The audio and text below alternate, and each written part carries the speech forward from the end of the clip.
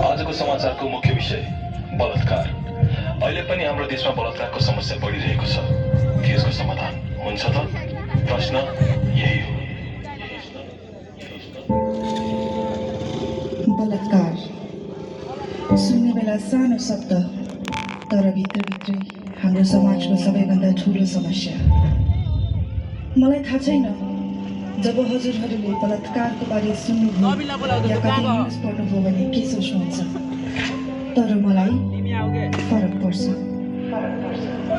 र कतै अर्को पालो मेरो त होइन भने डर लाग्छ। हो, डराउँछन् अझै पनि सबैको आमा जब उसको छोरी जवान हुन्छ, किनकि हरेक समाज या गल्लीमा कसै न कसैको नियत खराब हुन्छ। जवान केटी त केटी, आज बच्चाहरू पनि यिनीहरूको शिकार हुन्छन्। यहाँ भन्नको लागि त ठुलो ठुलो कुरा भनिन्छ, क्यान्डल मार्च गरिन्छ र बलात्कारीलाई सजाय दिए भने आवाज उठाइन्छ केही दिनको लागि। तर के यिनीहरू जस्तालाई सजायले मात्रै पुग्छ त? त्यही पनि कहिलेकाहीँ त त्यो पनि हुँदैन। त्यसैले मलाई डर लाग्छ।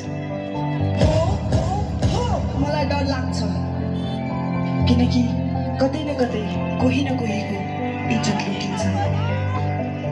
तर यहाँ न्युज च्यानल, टिभी, फोनहरूमा जात र धर्मको कुरा आउँछ। केटी हिन्दू हो कि मुस्लिम, केटी सानो जातको हो कि ठुलो जातको, कतै केटी नै त खतम थिएन, कतै केटीको लुगा त सानो थिएन। हो, सानो थियो। यो पालि उसको लुगा होइन, उसको उमेर। कलयुग होस् या सतयुग, दोष सधैँ हामीमै लाग्छ। अहिले पनि अँध्यारो बाटोमा हरेक नारीलाई एक्लै हिँड्न डर लाग्छ। याद राख्नु, यो तिमीहरूको अन्तिम गल्ती हुन सक्छ। भोलि गएर बाटोमा तिमीहरूको पनि दिदी बहिनी हुन सक्छ।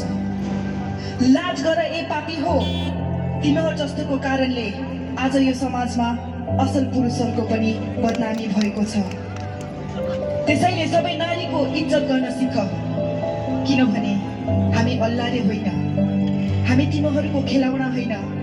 हामी देवी हो जसले पार्वतीको रूप लिएर तिमीहरू जस्तोलाई यो धरतीमा जन्म दिन सक्छ भने कालीको रूप लिएर सर्वनाश पनि गर्न सक्छ।